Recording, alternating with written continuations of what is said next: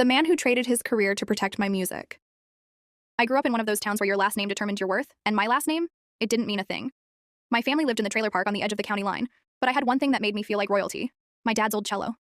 The varnish was cracked, and the bridge was held together by luck, but the sound, it was heaven. Then there was Jackson. He was the son of the town's biggest developer. He was the kind of kid who knew he was untouchable, and he acted like it. One afternoon, in the orchestra room, Jackson decided it would be funny to see if my cello could bounce.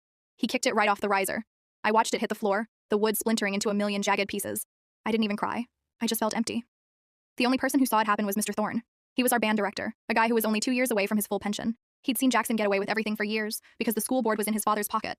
But that day, Thorne didn't call the office. He didn't fill out a report that would just get shredded. He walked right up to Jackson, grabbed his expensive designer sneakers right off his feet, and threw them into the industrial trash compactor in the hallway.